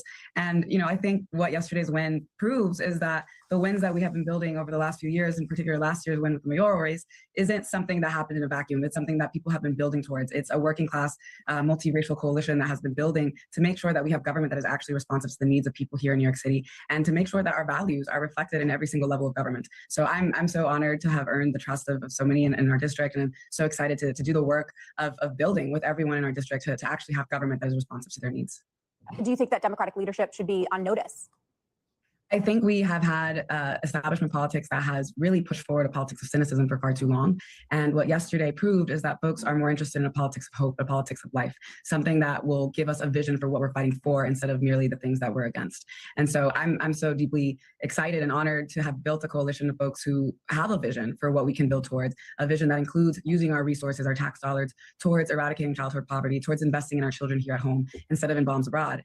A vision that includes making sure that we are protecting our immigrant communities, abolishing ICE, and winning housing for all in a district where the housing crisis has gotten so just untenable. It's deeply important to me that we are fighting to secure accessible and dignified housing for everybody. Some of the attacks against you during the campaign. So I just want to say, I guess, briefly touch on, I think she's very compelling candidate, very media adept, maybe very adept at sort of redirecting media framings into the issues that that are important and that she wants to highlight. I was actually thinking in my head that her and Zoran are very similar in that sense, very well media trained. I think very talented communicators, both her and Zoran. So this is probably the best the Democratic Party can hope for in terms of candidate quality. Campaign focused on your past social media posts in which you called former President Joe Biden a rapist, used an expletive against Kamala Harris. But just looking forward here in the By the way, I think all of those things have probably, I mean, I can't prove it, but like, I think that would have helped Darializa win votes, if anything, because the public is not with Joe Biden and Kamala Harris. Look at them. Biden stepped down because he was gonna lose re-election, and then Kamala definitely lost re-election. So this idea that like criticizing those two pieces of shit is in any way an electoral net negative is hilarious. It would only make you more popular. I genuinely believe that I think she's referring to a tweet of Darializa who said, "Fuck Kamala Harris." That's a perfectly fine tweet. Stop being so scared, people.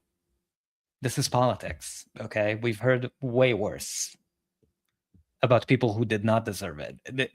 Kamala Harris and Joe Biden, they definitely deserved it. Party that you're trying to build, is there room for Democrats like Joe Biden and Kamala Harris? There is always room to build coalition. And I think as an organizer, one of the things that is deeply important is to be able to meet people where they're at and make sure that we are moving in the direction that we need to move in to actually deliver for our community. I am someone who has been organizing in broad coalitions my entire adult life as an organizer. And what I do is I bring folks who have very different views on a number of issues and focus on the issue at hand to be able to actually deliver. And I'm excited to do that in the halls of Congress. I'm excited to do that with folks here in New York 13 so we can bring them to the halls of power and have government that not only is reflective of their values, but includes them in that process. Do you think that big coalition, that big tent party should include maybe some more moderate Democrats as well, who maybe not are sharing the exact views of you and your progressive colleagues? You know, I think what we've had for too long is a Democratic Party that excludes views like my own and views like those of our movement. And where I see so many have become frustrated and starting to feel that they couldn't identify previously to the Democratic Party is that those values weren't being fought for in the way that we needed them to fight for them. And so I'm excited about being able to do that. I'm excited about the coalition that we're building across the city and across the country of people who are going to fight for working class people who are going to fight to make sure that we win Medicare for all, fight for workers and pass the PRO Act, making sure that we're winning college for all, taxing the rich. Those are the things that the working class people of this country need and deserve. And these are things that need to get passed in order to allow them to lead dignified lives. And so if we had representation that had delivered that, you know, I think we wouldn't be seeing this new wave of folks who are committed to fighting for those things. And I'm so glad that we are participating in that new wave because it's what is really, really needed right now. I do want to turn to the issue of Israel. As we've been talking about, it played such a big role in a number of races last night. I want you to also take a listen to what Brad Lander said during his victory speech, and we'll talk about it on the other side. You can criticize Israel and not be anti-Semitic. You can be an anti-Zionist and not be anti-Semitic.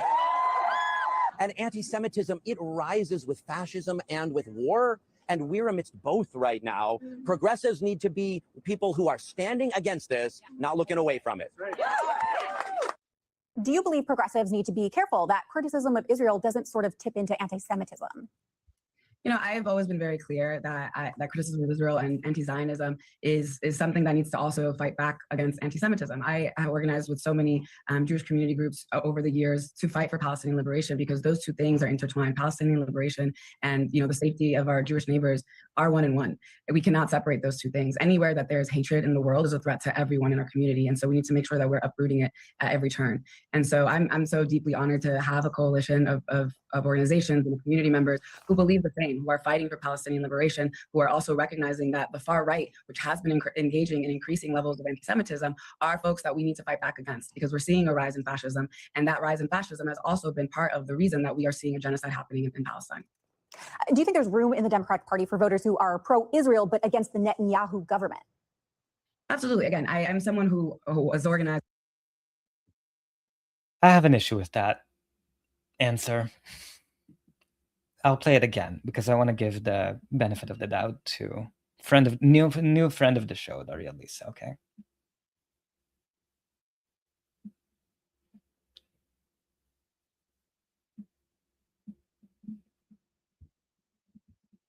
Deeply honored to have a coalition of organizations and community members who believe the same, who are fighting for Palestinian liberation, who are also recognizing that the far right, which has been engaging in increasing levels of anti-Semitism, are folks that we need to fight back against because we're seeing a rise in fascism. And that rise in fascism has also been part of the reason that we are seeing a genocide happening in Palestine. Do you think there's room in the Democratic Party for voters who are pro-Israel but against the Netanyahu government?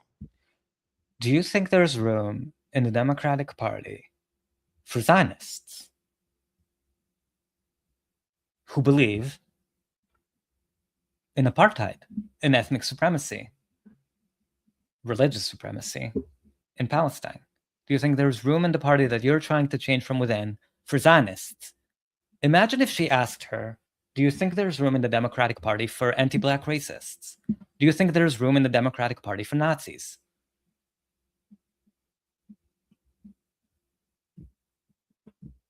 Absolutely. Again, Absolutely. There's room. There's room for everybody. There's room for all. If you're a racist, you can be in the Democratic Party. If you're an anti-Palestinian racist, you can be in the Democratic Party. Why is Zionism the only form of racism that gets a pass? I don't get it. There should be no room in any political party for Zionism or racism, which is Zionism. Zionism is racism. All Zionism is racism. So this idea that I think Darializa is well-meaning, she's probably the best that we can hope for from the Democratic Party. But this idea that Zionists and anti-Zionists can coexist in the Democratic Party and live together and get along, I think that's great for you as individuals. It's bad for Palestinians because those two ideas cannot coexist. One of them is going to win out, and that side is going to be the Zionists. I'm someone who is organized with people who have varying opinions on a number of issues. And I think if you are somebody who believes in the dignity of human life, if you are somebody who believes that working class people should be able to benefit from the wealth that they produce in our society and lead dignified lives, then there is space for you in our movement. If you're a Zionist who supports apartheid in Palestine and Palestinians not having the right of return, having unequal laws based on religion, but you support a wealth tax, you should be in our movement. What the fuck are you talking about? What the fuck is this? We should all be anti-Zionists. And your job as a brilliant communicator, talented communicator, and an anti-Zionist, I assume, because you've co-founded the Columbia Apartheid University Divestment Coalition, is to bring people along who might not be where you are to where you are, to where the movement is. It's not to build coalition with Zionists so you can pass a wealth tax. It's to bring them along so they become anti-Zionists. You're a brilliant, talented communicator. That's why you won your election. Your job is not to work with Zionists. Your job is to, if you can, I know this is a hard task, this is a huge monumental undertaking, is to convince people like AOC, for example, to not be Zionists, to be anti-Zionists, to support the one-state solution with equal rights from the river to the sea and the right of return of all Palestinian refugees and their descendants. But this idea that, like, of course Zionists are welcome in our party, they're welcome in our coalition. Where do you think that kind of organizing is going to get you? Do you think it's going to get you an arms embargo? Do you think you and Zionists are going to triangulate together and synthesize a perfectly middle ground position on apartheid and genocide? There should be no space in any party that pretends to be about human rights, which is what the Democratic Party tries to do. There should be no space for any form of racism. And in fact, I think if the interviewer here framed the question in that sense, do you think the Democratic Party should have room for white segregationists? White supremacist segregationists? I think Darializa would have said absolutely fucking not.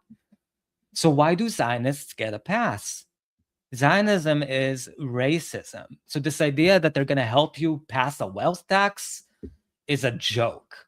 And also, Palestinians always say this, that they're the first to be thrown under the bus, and their issue being thrown under the bus when Democrats try to push something else and get something else passed.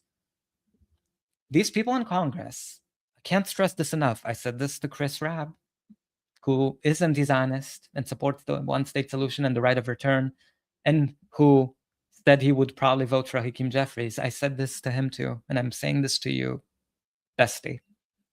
These people are not your friends. These people are not your friends. They never will be. They'll be nice to your face in private, but they're not your fucking friends. They're there to make money. They're there to inside trade. They're there to keep their donors happy. And if you think you're building a coalition with Zionists, you're building a coalition with supremacists. And that's a betrayal. The best thing you can do is to talk to anyone in your life, even if they're not in Congress, but for her, because she is going to Congress and people in Congress have a ton of power. Your job is to bring them along to join Rashida and support the only anti-Zionist solution, which is the one-state solution with equal rights from the river to the sea and the right of return of all Palestinian refugees and their descendants. It's not to say, oh, we just agree to disagree on that issue, but we work together on a wealth tax and COBRA subsidies. But we all get along. No. No. You wanted this job? The best thing you can do for the Palestinian liberation movement is to make people in Congress, to help them see the light, read a book, one book, read Dr. Edward Said's New York Times op-ed that talked about the one-state solution. It was published in the New York Times. Okay, they read the New York Times. They trust the New York Times for whatever fucking reason, the failing New York Times. Your job is to educate them and make more anti-Zionist. It's not to work with supremacists.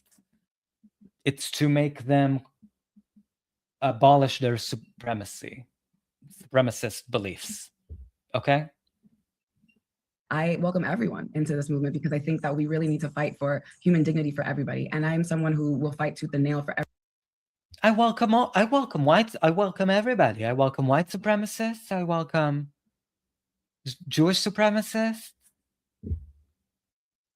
What the fuck is this? Who are you speaking for? Who wants this? Every single person in my district, because I believe that they deserve representation that will see their humanity and fight for them to have a dignified life. Let's talk about the Democratic agenda, especially if Democrats retake the House. What do you think should be their day one priority? Absolutely. There are a number of pieces of legislation that we need to pass, including block the bombs, including the Social Security Expansion Act, including the Prescription Drug Care Relief Act, the Ultra Millionaire Tax Act. There is no shortage of things that we need to pass in order to actually deliver for working class people in this country. And I'm so excited to be able to sign on numerous bills on day one to be able to deliver. And if Democrats do take back the House, would you support Lear Jeffries for Speaker? So, up until last night, I was very focused on winning this primary, and I'm so excited to have done so. And that's a conversation that I'll be having with my coalition, with my community, to make sure that we are coming to a decision about what is best for the people here of New York 13. I say this as someone who hates confrontations in real life. I know this probably might not feel to you watching this like this is the case, but trust me, I hate confrontations. I hate conflict. I'm very conflict averse. But if you're going into politics thinking that you can friendship bracelet your way into Hakeem Jeffries' little heart, and that he's gonna fall in love with your communication skills and brilliant aura, and he's gonna say, you know fucking what? Let me go against my donors of 40 years, however long he's been in the House since 2013, so it's like a decade plus. Let me go against my donors because I'm so in love with this junior House member who just showed me the light. These people are not your friends. And if you're wanting to do politics, hardball politics, it's the way Republicans gotta say, the way they did it with their speaker, but for nefarious purposes, right? Like they wanted all sorts of concessions that I would never support. But they went to Mike Johnson and said, I'm not voting for you for fucking speaker. Are you kidding me? And especially 2 months out. No, I'm not voting for Hakeem Jeffries. No, fuck no. Under any circumstances, I'm not voting for Hakeem Jeffries. When you speak like that, then Hakeem Jeffries is incentivized to come to you and say, okay, what do you actually want? What can you compromise on? What can I get you? He's not going to primary you tomorrow. You got elected. You got elected. That's it. You have a year and a half now. You don't need to worry. You're in a super safe blue seat, by the way. They're not going to rat fuck you. You have nothing to lose. You have nothing to lose by going against the super unpopular Democratic leadership. But instead, she's like, oh, I'll talk it out. I'll think about it. I'm not sure. I don't know.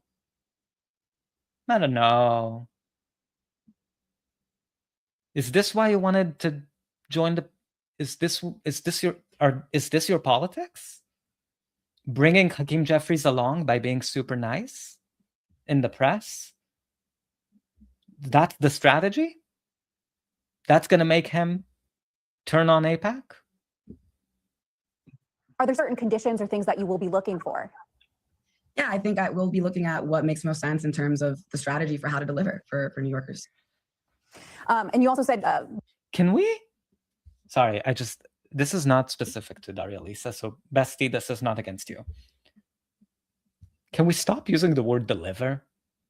I get that some focus group realized that, like, tons of people are like, we just want politicians to deliver results, to deliver results, to deliver results. But now every fucking person says it all the time. I'm here to deliver. I'm here to deliver results, blah, blah. Just please. I'm tired. Brad Lander said he will actually support Jeffries for leader. I mean, do you think progressives can be effective at governing if they're not unified amongst themselves? You see, and now Brad saying that he would support Hakeem Jeffries no matter what. Like the day he won, he said, I will support Jeffries. Now it's putting pressure on poor Darializa to say, oh, well, why don't you support Hakeem Jeffries the way Brad is? Fuck you, Brad. Fuck you. Darializa, I'm sorry. Brad is rat fucking you already. Fuck you, Brad. And fuck you for being a Zionist. I think this is just an issue of having the time to actually organize and talk, right? And so Brad and I just won our primaries last night. I'm excited to continue talking with him and building coalition and building consensus among our movement. And that's something that takes time. It doesn't happen overnight. My last question to you is, there are some Democrats who are on Capitol Hill and said they're worried about whether some of these progressive candidates are going to be team players. Do you anticipate that you will try to be a team player when you come to Capitol Hill? I'm an organizer, and that is what organizing is. It's about making sure that we are building the coalitions necessary to actually deliver. It's about knowing when you're outnumbered and out-resourced and still having an outsized impact and using strategy and relationship building and trust building to actually deliver for folks. And so we're going to relationship build with Hakeem Jeffries and Catherine Clark and Brad Schneider and all the fucking ultra-Zionists to liberate, to finally bring, after 80 years, equality to Palestine from the river to the sea. Does anybody else believe this? Does that sound like a good strategy to anybody out there? Does that sound like a fighting strategy? Or does it sound like folding? Look at you, Brad. I used your stupid ass phrase. They're folding already. And it makes me sad. But not surprised. I do think she's, out of the three, I do think Darializa is like the best we can hope for. And she's under an immense amount of pressure, I'm sure. I would just politely argue, Darializa, I just laughed because you're never going to see this, but in case you will, one day, maybe 10 years from now. First of all, hi, I love you. Good to see you. With love and respect and admiration, you are not going to friendship bracelet your way into anybody's heart in Congress. That's not, give that up. You're in a safe blue seat. They can't rat fuck you right now. You just won. You have 2 years to be adversarial, to create the conditions for politicians to actually take you seriously and our movements demand seriously, which is a full arms embargo, not just certain offensive weapons and not other offensive weapons, which is what the Block the Bombs Act. It should be renamed to block certain bombs, but not other bombs, so that we can pander to our voters without actually delivering. Here's the word you like, delivering. Your job right now is to be as adversarial as you can and channel the people's voices who turned out for you. Non-frequent voters, non-voters, people who are so disenchanted with the two-party system. Your job is to speak for them. And for the pro-Palestinian, for the Palestine liberation movement, building coalitions with Zionists is out of the question. We should all be anti-Zionists, and you are, as a junior House member, are going to have zero power. You're not getting any committee assignments that are worth anything. They won't let you near anywhere that has to do with power. Look at AOC; they still don't give her power. She's been there for 10 years. They're not going to give you power. Your power is this: the media. They're going to give you interviews because you're an elected member of Congress. Your job is to explain what being an effective anti-Zionist member of Congress is and what anti-Zionism means, right? Anti-Zionist education. We should all be anti-Zionists. Being anti-Zionist means being anti-racist. You can explain that to the boomers and the Gen Xers who watch Meet the Press. You can be that voice. They're never letting me on. They're never letting anyone from the Palestinian Liberation Movement on Meet the Press, but they're letting you on because you're in Congress. Highlight anti-Zionism. Talk about anti-Zionism. Be a proud anti-Zionist. I believe in you. I think you're legit. But if you think you're going to friendship your way behind the scenes into effective policy goals, I'm telling you, bestie, you're out of your mind.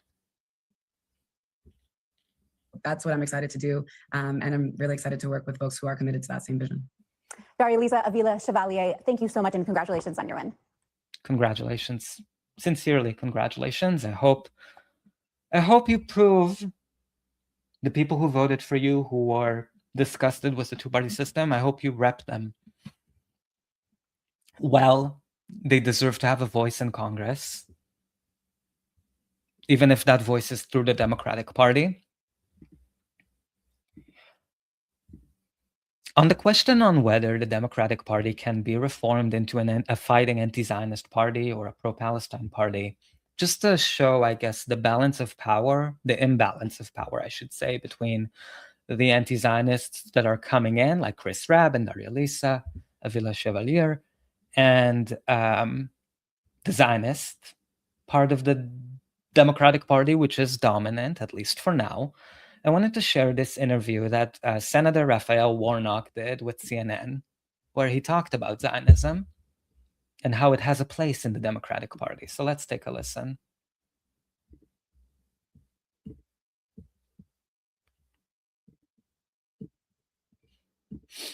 Sorry, I just silenced myself. Oh my God, no, here I am. Okay, let's play that. You, of course, are a senator from Georgia, which is a state that's at the center of the political conversation because it's a swing state. And it is a purple state, where Democrats are really going to have to win if they want to try to carry the White House in 2028.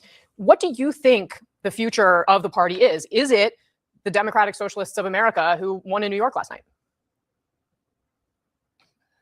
We are a big tent party. That's who we are.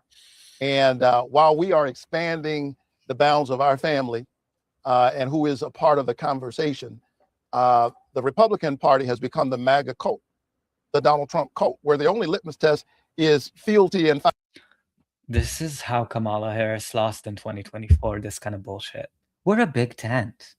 We have Liz Cheney. We have genociders like Joe Biden and Kamala Harris. And we have anti-Zionists. And we have an anti-Zionist, Congressmember Rashida Tlaib. We're a big tent. We have genociders and the people they're genociding. We're a family. Fidelity to Donald Trump. We're having arguments and healthy debates in our party about what actually matters, centering ordinary people. And I'll tell you this, everyday people aren't caught up in the weeds of these ideological arguments. They want to know who sees them. Who sees the poor, struggling family that's trying to afford rent? Who sees a young person who's trying to buy their first home or figure out how they're going to pay for college? I love when rich people try to like relate to the rest of us. I think I'm just remembering like Ro Khanna trying to say like, I understand what it's like when you go to buy gas and you pay at the pump and you see at the pump that the prices of gas are rising up and it's so hard. And you can tell that rich Silicon Valley piece of shit is literally trying to cosplay concern for the peasants, us. Anyway, that's just the vibes I'm getting.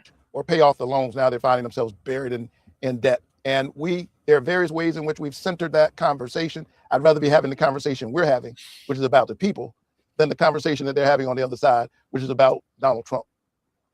You say Democrats are a big tent party. There have been some episodes recently that have made some Jewish Americans or pro-Israel Americans feel like they're not welcome in the Democratic tent.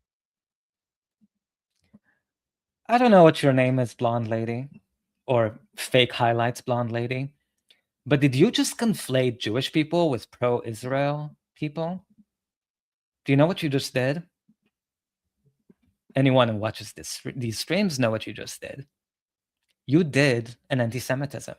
You conflated Jewish people with being pro-Israel. Fix your highlights and fix your anti-Semitic tropes. Fix your racism. Or maybe on CNN, it's like a you have to like be a Zionist to like be on air. I don't know. I'm sure it's part of the application process. Fuck you anyway, lady. In fact, Congressman Dan Goldman, who is Jewish and a staunch supporter of Israel during the course of this campaign, was talking about being banned from coffee shops in New York over the issue. Do you think that's not anti-Semitism? He was banned from coffee shops. First of all, the fact that he cries about it is so fucking funny. I hope they never let him in. Go baristas. Go baristas. I love coffee shop baristas. They're real ones. And you should support the Starbucks union employees. They're still fighting for a fucking contract because Joe Biden did nothing to help them. Or Trump, of course. But Dan Goldman was not refused by coffee shops because of anti-Semitism. It's because he's a monster. Do you see how that's different, blonde lady, with fake, shitty highlights? Do you see how that's different? That the Democratic Party should be fundamentally pro-Israel? We are a party that believes in Israel's right to exist. It is our most important ally in the region. We are a party that believes in apartheid's rights, in apartheid's right to exist. He didn't say I. Which, to be clear, he is a Zionist. Raphael, you garbage, racist piece of shit. Enjoy hell. I don't think being a reverend is going to spare you from being in hell for being a Zionist. Sorry. But he's saying, no, the Democratic Party is a pro-apartheid, pro-Israel party. Maybe we have a few underlings who say they're anti-Zionists. But overall, as a party, we just manage them. We marginalize them. And I mean, the fucked up part is that he's fucking right. The Democratic Party is a pro-Israel party. Pro-apartheid, pro-genocide. The genocide started under Joe Biden.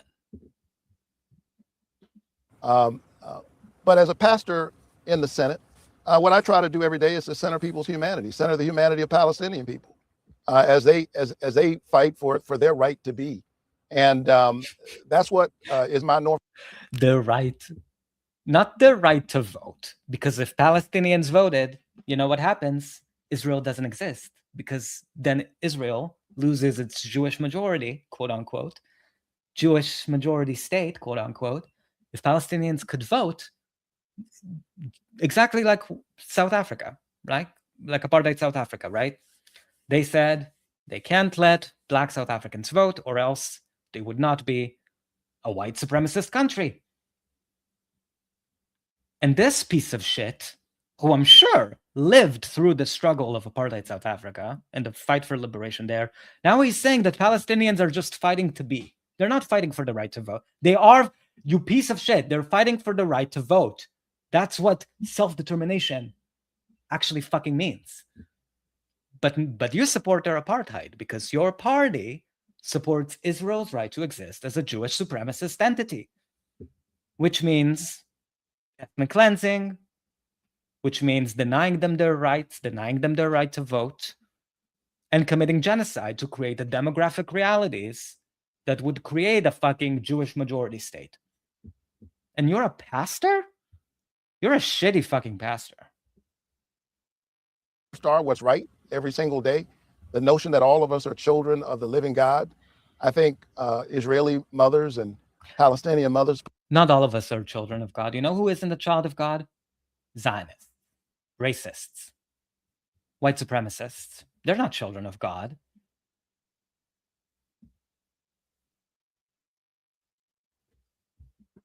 Put their children to bed every night, and they want for their children what every parent wants for their child, that they might live in safety. If I hear one more fact, I'm sorry, I keep pausing. I'm sorry, I'm so at my wit's end. Oh, Brad really got me there. I hate liberal Zionists with a passion. Sorry, I'll let him finish. That they might go to sleep in peace, and that they might awaken to a world that affirms their humanity fully and completely. One more fucking platitude. One more. I can't say what I want to say because I'm on YouTube, but completely. And that's the work that I try to do. What I want is an Israel that is safe and secure and that is at peace with its neighbors, and a two-state solution that honors the humanity of all the people in that region. Rot in hell. So I wanted to also, sorry about this clip. I just wanted to, I guess, show that the Democratic Party, despite the new incoming members who are well-intentioned, well-meaning, like I said, Darializa was the co-founder of Columbia University's Apartheid Divestment Coalition. The Democratic Party is not changing. It's not becoming a pro-Palestine party. Not even in rhetoric, but not even in rhetoric. And that's not cynicism. It's being real and being honest and being truthful.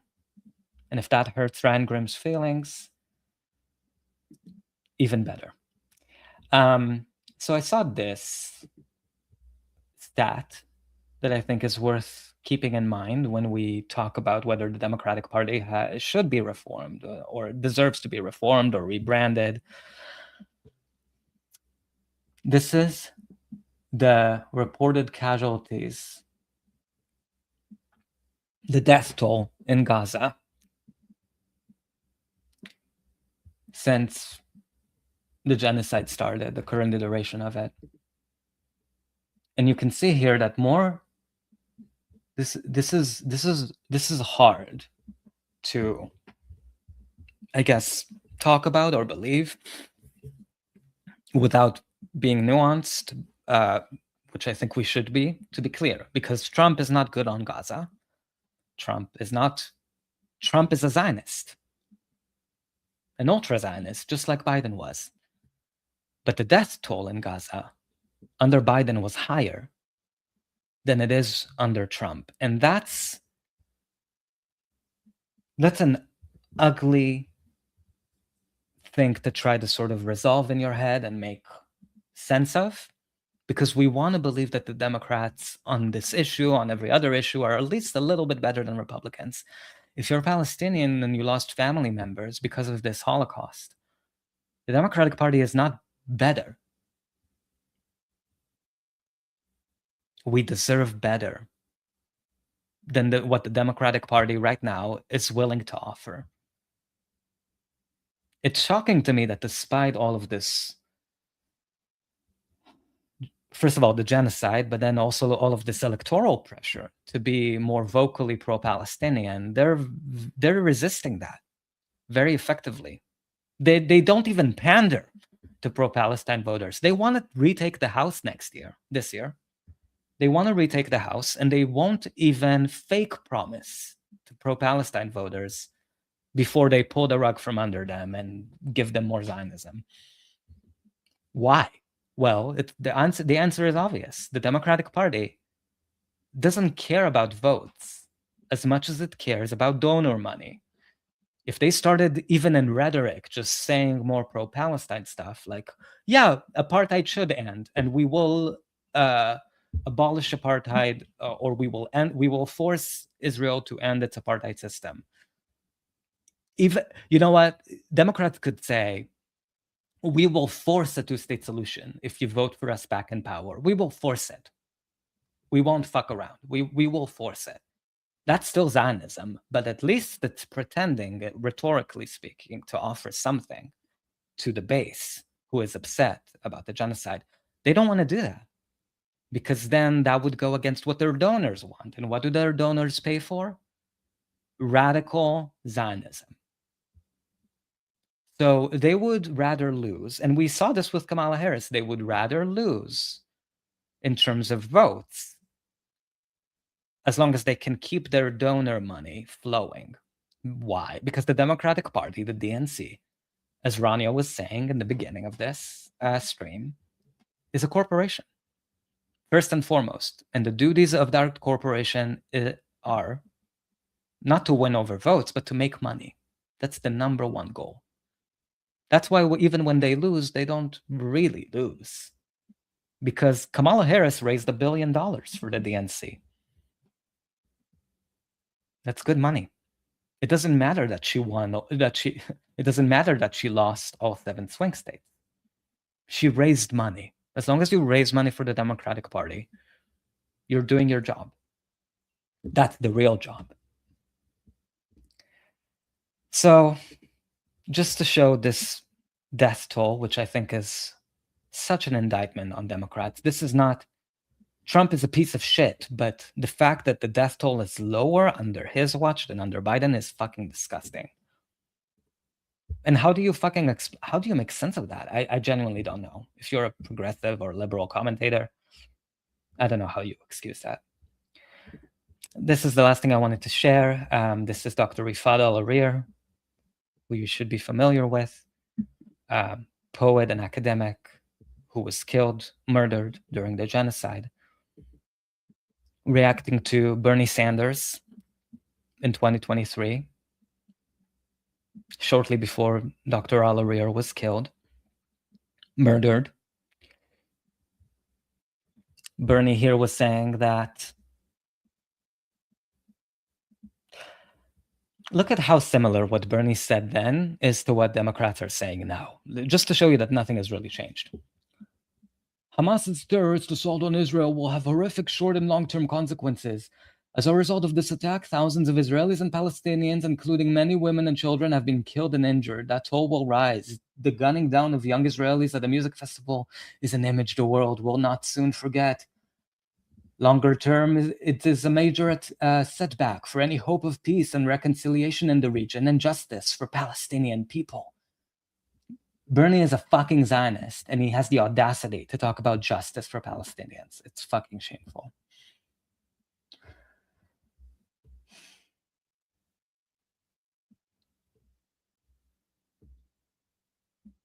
This reality will embolden extremists on both sides.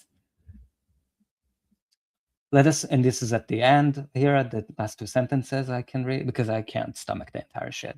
Let us not forget that half of the 2 million people in Gaza are children. Children and innocent people do not deserve to be punished for the acts of Hamas. So here's Bernie pretending to make a humanitarian case for not killing people in Gaza. This is at the same time here when he refused to call for a ceasefire. So Dr. Al-Arir said, fuck you, Amo Bernie, which means uncle in Arabic. Fuck you, big time, from Gaza, with your, quote, reducing humanitarian suffering energy. And what Dr. Alarir is referring to is that Bernie is not calling for a ceasefire. Instead, he triangulated it into what? Calling for reducing humanitarian suffering. Democrats are doing that now. They're triangulating the call for freedom, for equality, from the river to the sea. They even triangulated the call for an arms embargo into a fake arms embargo that doesn't stop all offensive weapons, only certain offensive weapons, but not other offensive weapons, the Block the Bombs Act, quote unquote. They're still doing this. They're doing what Bernie did. I don't support a ceasefire. I support reducing humanitarian suffering. They're playing in your fucking faces. So my personal opinion, no, the Democratic Party is not changing. Raphael Warnock just said it. Dr. Alarir is always right. I wish they would. I wish they would change into. I wish they would become an anti-Zionist party and actually deliver to Palestinians. I want nothing more than that. I'm not a cynic in that sense. I just think they're lying. They're lying pieces of shit. And you, if you're watching this, you deserve the truth.